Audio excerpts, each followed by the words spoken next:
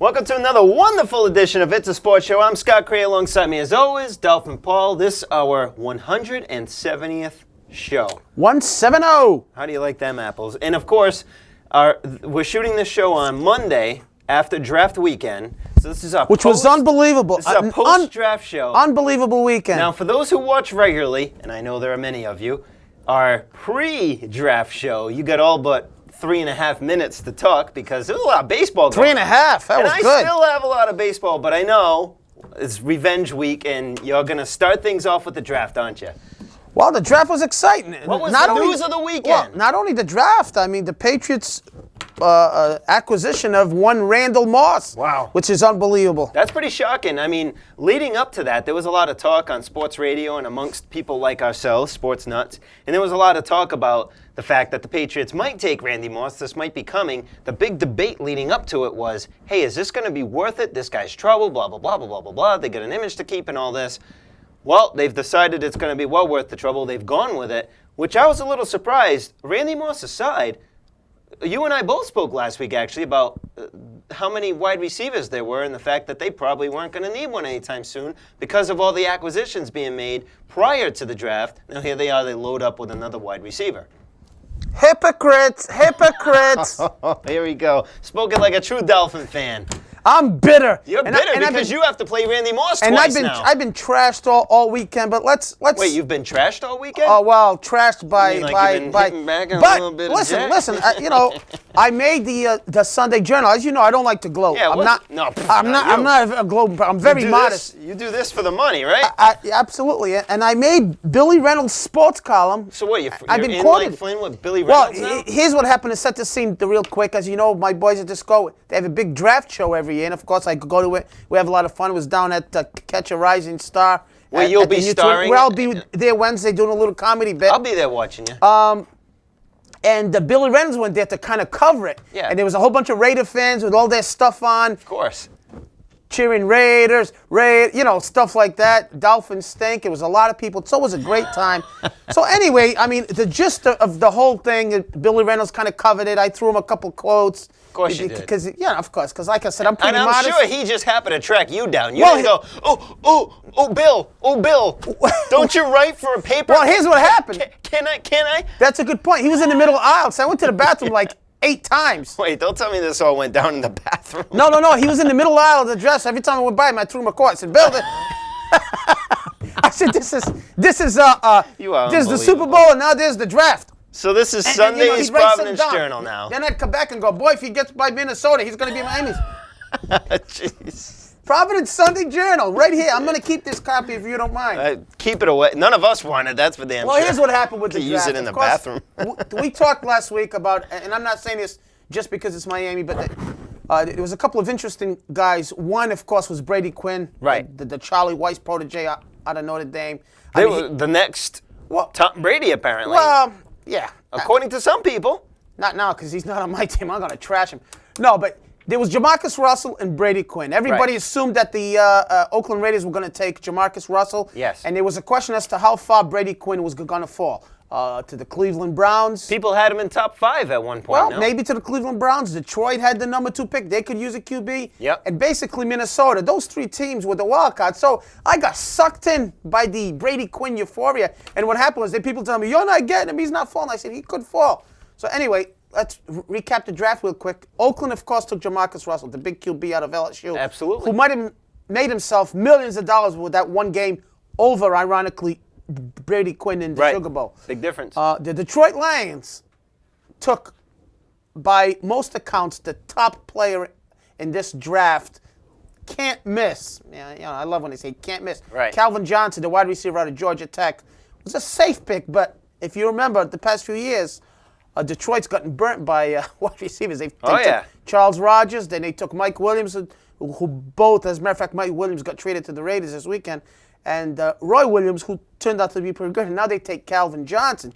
So they took kind of a safe pick. Cleveland was the next tricky team because, Romeo Crennel, his ties to Charlie Weiss, they take Adrian Peterson. So now the tension's starting to build. Right. Everybody in the draft room, I'm going, basically one more team. He goes down a couple spots, of course. By Tampa didn't need him. Arizona didn't need him. Because he knew after he got through a certain point, he knew he wasn't going to be taken for a little while because the teams didn't need a quarterback. Now, they got down to 6. Right. Washington ahead of Minnesota. And my suspicions were, boy, why isn't Miami talking trade with Washington? Because they could jump ahead of Minnesota. So right then I got small butterflies in my stomach because I said this would be an obvious thing. Of course, the Vikings come up. Did you lose your equipment? No, I'm good. All right. Don't mind This is me. a pretty interesting story. Stay tuned. The Vikings come up, and that's when I go to the bathroom again because I was pounding them down too. Of course you were. Billy, if he gets by the Vikings, he's ours. So that's what's quoted in the Journal.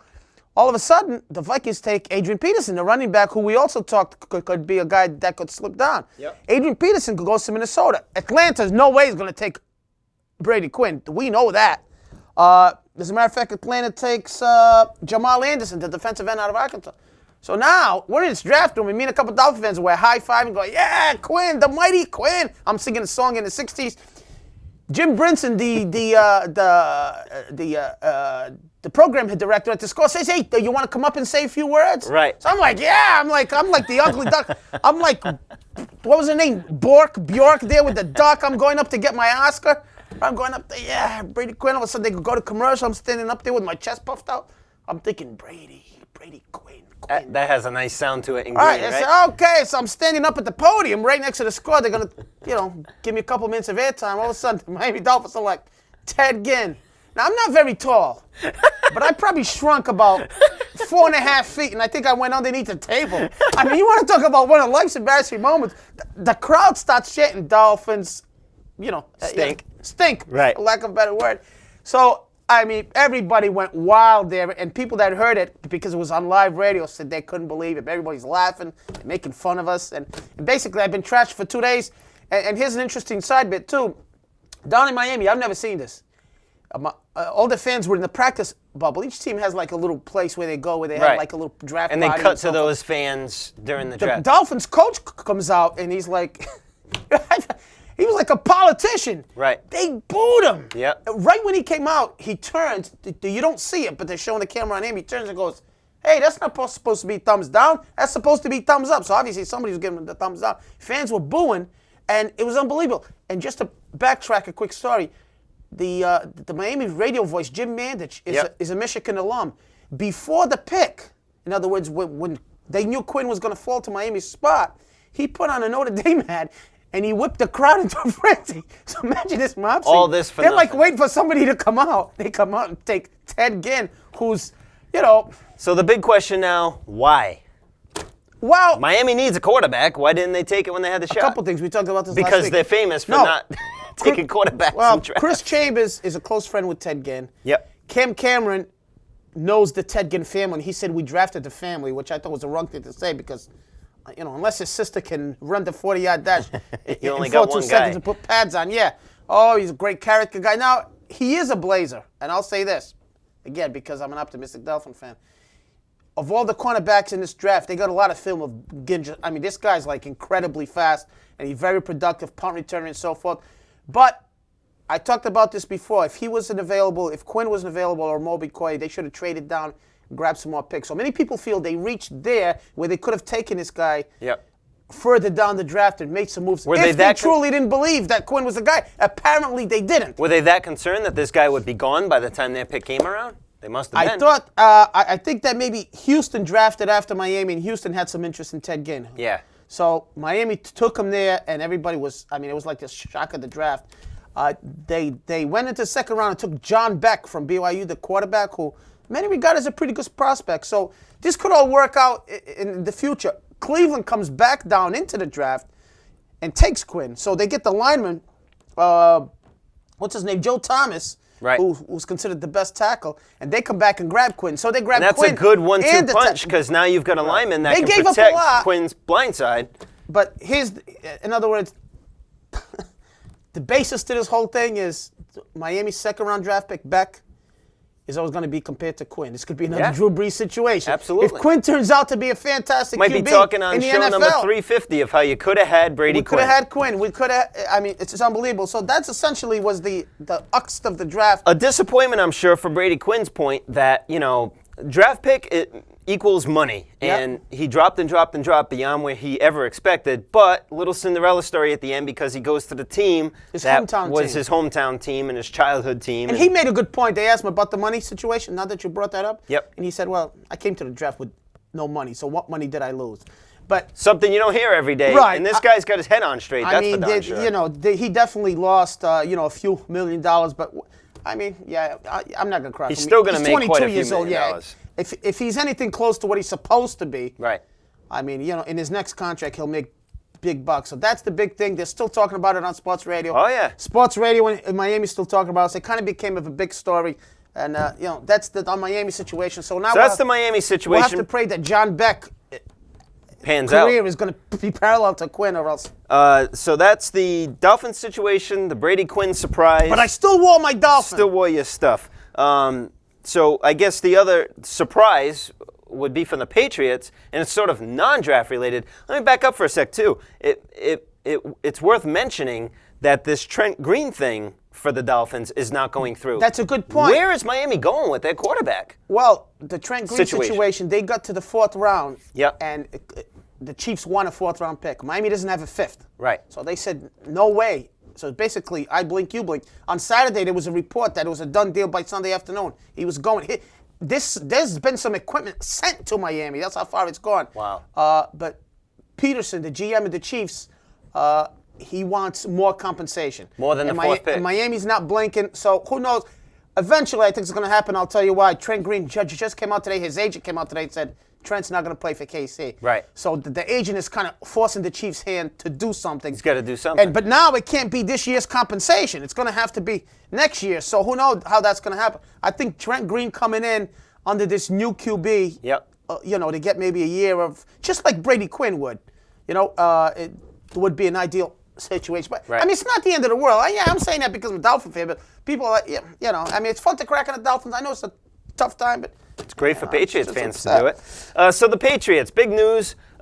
We mentioned earlier in the show. Let's back up first, not to interrupt you, but they had 24 and 28. Yep. At number 24, they took the kid Merriweather from Miami University. Another kid, I don't know if you remember when they had the big fight and we talked about it. Miami. That's right. With not Central Florida, they're. Well, our fans know what you're talking about. Don Strock's the coach, the Bulls. Jesus. Yep. They had the big fight. He was the one stomping on everybody's head. Right. So he's the stomper. They drafted the stomper. They drafted the stomper? He had that. And the troublemaker. And he had a little bit of trouble one time. He was caught with a handgun or something. So the Patriots kind of went out of their way. They drafted this kid who has a lot of upside. Didn't have a great senior year, but he's a versatile guy, can play corner, safety. It's what Belichick loves. And they traded out of the 28th. Yep. And got, I believe, next year's number 1 from San Fran, which is unbelievable. Great deal for them. Great deal for them. They gave up a 4th round for Randy Moss. Right.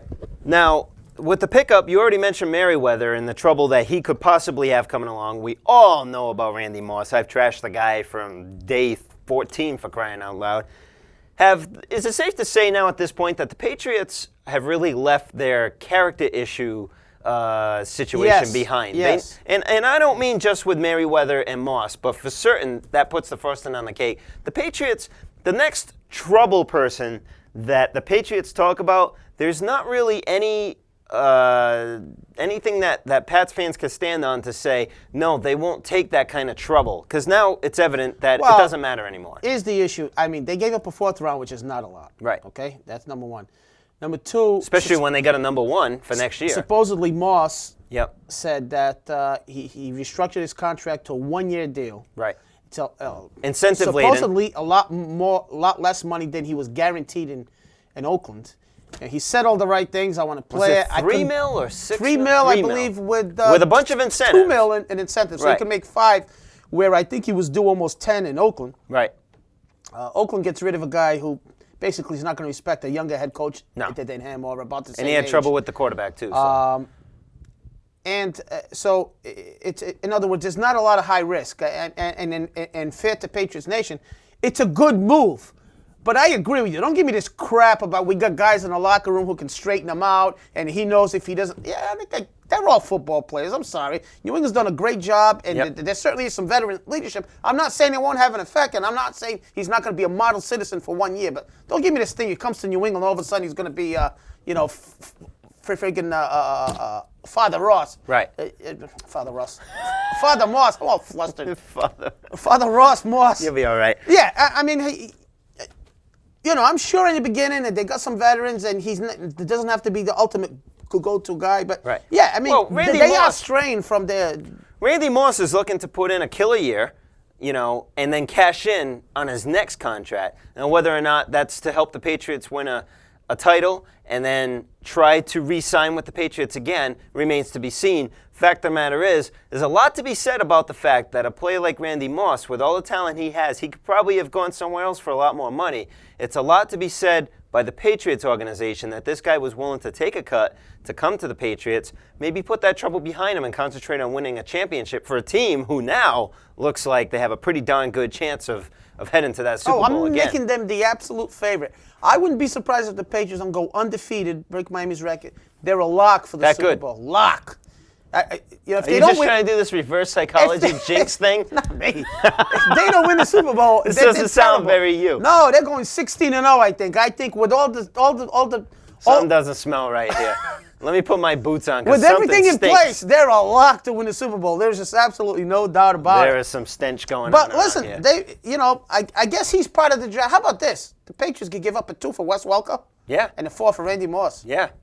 How do you like them? But hey, I'll tell you, Tom Brady, I hope we'll be able to wipe the smile off his face. I mean, you go from Rashae Caldwell, Chad Jackson, who shows up once in a while, got injured, of course, Jabbar Gaffney, to Randy Moss, Wes Welker, who's a good possession guy, Dante Stallworth, you kidding me? Unbelievable. It's ridiculous. So we talked about Randy Moss, we talked about the Pats picks and Brady Quinn. I guess my last question is, on this entire draft of 2007, who will make the quickest impact starting immediately for their team? I'll give you a few minutes because I threw you on the spot on that one. That's a tough question. Are you looking for one guy? I guess one guy in particular where at the end of the 2007-8 season you say, wow, that guy, that was a hell of a pick and he really made a difference on this team this year. I'm going to pick one guy because of his position. Yep. I'm going to say Adrian Peterson because running backs a lot of times will tend to make a pretty good impact because you're doing just something instinctively. Right. And, versus a receiver who has to learn it's routes. It's easy to get into the plan. I mean, you basically got to follow your block, and even though you got to have no blitz pickups and so forth, blitz and assignments. But if you're a receiver, you got to know routes, you got to know what the defense is doing, you got to know, when to stop and when to go. So I think that's a little more difficult. Yep. And certainly the defensive players, like we talked about Amobi Okoye, that the 19-year-old, be interesting to see how he pans out. But let's not forget one thing. Half to 3/4 of these guys probably aren't going to be very good. So I know everybody in the first round, they come out, all these coaches, they love their draft picks. But, I mean, draft's always exciting. Excuse me. It's an event in itself. Oh, yeah. As you can see by the Iass, I wanted to mention him real quick. Zach Iass. Going to the Giants just like his dad did. Steve Iass's How do you like son, those apples? drafted in the 4th round, I believe. Yeah, 116th, I believe. Yep, he was the 116th player, making him the highest Brown player to be drafted since John Sinnott went to the New York Jets with the 60th pick overall in 1980. So nice little local news. I'll tell you, Iass a big kid, 6'4", 6'5". I mean, obviously he got the pedigree, so be interesting to see how he makes out. And having that, carried down to him from the generation before through his dad, that's got to help because it's not like your family is unbeknown to football. He comes from a football dad, so it's I'm sure he'll do well. No, he's a good kid. There was some local stories where he worked hard and he's been doing all the right things. So he certainly has a size. He's not like what's his name? Dan Klecko that the Patriots drafted, son of Joe Klecko, was a little bit small. He couldn't really find a position. He's still playing with the Colts, but he couldn't really. I mean, this kid's 6'4", 6'5", so he could. He's gonna play. He could grow into a very good linebacker. How much time we got in there, production peeps? You got about 11 minutes. Wow, that's even better than what I did to you last weekend. Should I thank you? I thought she was going to say 3 minutes. I was going to say, yeah, payback. Nah, it didn't happen. Are you ready? You all set with football now? Ready to move on to the sport that is now? Oh, by the way, ding! Season's over, pal. Football is done. You said the draft is the end of the NFL football season. This show's not over. I can still find something to pick. There might be some chance. So how about them Red Sox? Take a 2 out of 3 after sweeping last weekend. This past weekend, we take 2 out of 3. The Yankees game they did win, some outstanding pitching on the Yankees' part, so we'll give them credit there. But, man, these Yankees just keep on falling. At the time that we are shooting this show, they have lost 7 out of 8, I believe, or 8 out of 9. And are now 9-14 at the bottom of the American League East, folks. And I don't mean like bottom, like you just kind of fell there and you're right back up again. They've been sitting there for a few games. People like Jen Quinn and the rest of the Yankee Nation probably aren't all that thrilled right now. No, it's unbelievable. And I mean, Randy Moss got traded to the Patriots. It's just an No, the football talk's done, pal. Well done. Unless Randy Moss is signing on for the Yankees to pitch for him, which actually Steinbrenner should really think about at this point. We'll take him. In the 4th round, George Steinbrenner has picked up Randy Moss. Randy Moss. Oh, I'll tell you. The Yankees pitching looks awful. It's unbelievable. I've seen toilet paper in the toilet look better than the Yankee pitching. Their pitching when the season started, but this is pretty bad. Everything, too. They said starters at first? No way. Starters, mid-relief, Mariano, everybody looks like I think the ERA crap. over the weekend was like over 6. I mean, and they're really not. I mean, they do have some injuries. Let's be fair to that. But they Ching-Ming Wan came back, and he was no great shape they're starting. not hitting well either. I mean, if you take away. Not this past weekend. If you take away Jeter this past weekend, I think after the 7th inning, their batting average was like 126. And that's got to say something for the team that they're, this is a Yankees are known for coming back in late innings, something the Red Sox have been doing all this year. There's got to be something said when the Yankees, now we're not talking the Red Sox series because at one point I think the Yankees were ahead in every game against the Red Sox and fell behind. But the rest of the way, the Yankees just aren't scoring the runs. I think by the time they hit the 7th inning, they're out of gas. I don't know I'm not going to say they've lost interest, but they just don't seem to have that Yankee punch that they used to have, where you get a couple guys on base and then smack the ball into the bleachers somewhere. They're just not doing it like you're saying with the bats. I think they're discouraged with the way this pitching is going. That's for certain. Well, it's a confidence thing, too. I mean, you know what happens. I mean, when you keep losing and now you're not doing the things you used to do, yeah, I'm sure it's a confidence thing. I mean, you're pressing. You lose 6 games in a row with that payroll. He's a guy on second. You want to bring him home. I'm sure they're pressing. A lot of the players are pressing. Absolutely. I'm sure they're questioning about it every day. There's rumors now that Joe Torre, we know Steinbrenner. He doesn't like to be down for long. I'm glad you brought that up because Steinbrenner is this today's article? Yes, today as in Monday, has announced that, hey, Brian Cashman's my GM, Joe Torre's my coach. I want them to turn this team around. I want these players to be responsible. I'm here to support them in any way to help them accomplish this turnaround. It is time to put excuses and talk away. It is time to see if people are ready to step up and accept their responsibilities. Now, in the same article, he's saying Torre and Cashman are his men, and he's sticking with them, so they're kind of got to feel a little better about that. But then when he says it's time for people to step up and accept their responsibilities, who's that going towards? Because it sounds like that would head towards Joe Torre. The old vote of confidence. Yeah. When you get the old sometimes vote you of can confidence. turn around a team like that, but like you're about to head towards, it could just turn right around. Well, I think it's still early enough. I mean, obviously, this isn't the middle of the season, even though they're in last place, which is unbelievable. And the Red Sox, by the way, have the best record in baseball. But 6.5 games above the Yankees. 6.5. Now, 6.5. The Yankees have done this in the past and come back, although they've never been down this far. So, I mean, the key for them now is let's not dig too big a hole that we can't get out of. Right. I mean, you don't want to get down to 10, 12 games at the All-Star break because then you're going to have an unbelievable second half. But the Yankees do not want to force themselves to be thinking about how many games out of the wild card they are. They have no interest in that whatsoever. Because the momentum that would be created from the Yankees taking a wild card and the Red Sox winning the division is like no other. It would just blow things. Talk about lack of confidence. The Yankees would feel that lack of confidence. To be quite honest with you, I think wild card right now is even, that'd be in their dreams. I mean, a wild card at this point, they'd be happy as heck. And you know what? It's early, like you said. I wouldn't want to see him in the playoffs at all. I just don't want him there at all because if they came back and became a wild card, you still have to face them. Right. That's a whole. But they're not set up for the playoffs as of right now. We know the Yankees; they could do anything and pick up anyone. And I know you don't want to hear it. You went on your crazy tangent. By the way, on YouTube, and there's the plug right there, youtube.com, keyword ISS. I named the show during the description. The name of last week's show, 169 on YouTube, was called Screw Roger, because you said it about 22 times. Did I? I know you don't want to bring it up again, but the Yankees are known for doing what they need to do to win. That's George Steinbrenner. And quite frankly, if the Yankees picked up Roger Clemens any time before the All-Star break, I would not be shocked whatsoever. And he could turn the team around. Ooh, I'm scared, Roger. I'm scared. To bring in Roger, 5 minutes. and now all the problems of the world are solved. It doesn't matter. All the problems of the Yankees, I think anyway. Right now, especially the Red Sox across the board, pitching is just so much better than the Yankees. It's almost even if you brought Roger on. I mean, Matsusaka is giving you solid inning after solid inning. Things don't always work out for him as far as wins, but he's gotten rattled, and he's a rookie, but not a rookie in terms of a bright-eyed kid. Right? He's pitched against worldwide competition, and he knows how to get through a bad inning and come back and stay focused. I mean, Josh Beckett, ridiculous. Getting good run support, but then pitching when he needs to, too. Captain Blister's having a terrific year. Kurt Schilling has been, I mean, not dominant per se, but he's giving you some solid starts and some pretty good starts. Yep. Wakey's been wakey, about what we expected, probably a little better. Good days, bad days. Julian Tavares has pitched well. His last start, which is always a plus for the number 5 starter.